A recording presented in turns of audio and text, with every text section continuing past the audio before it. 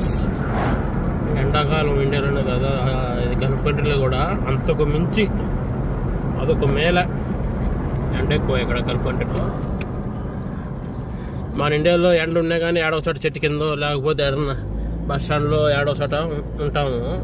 ఇక్కడ చెద్దీల్లో ఎక్కడ ఉండలేము అసలు. ఎక్కడ అసలు ఎండకి ఏడ ఉండలేము. ఏడ చెట్టు కింద ఉందామన్నా కానీ ఇక్కడ ఏ చెట్లు ఉండవు.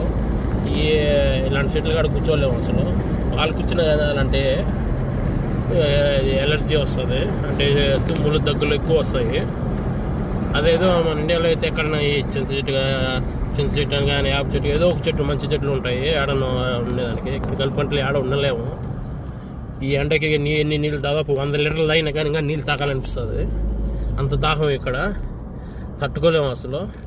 ఇంకోటి ఏంటంటే ఇక్కడ గల్ఫ్ కంట్రీకి వచ్చినాక కొంతమందికి హెయిర్ కూడా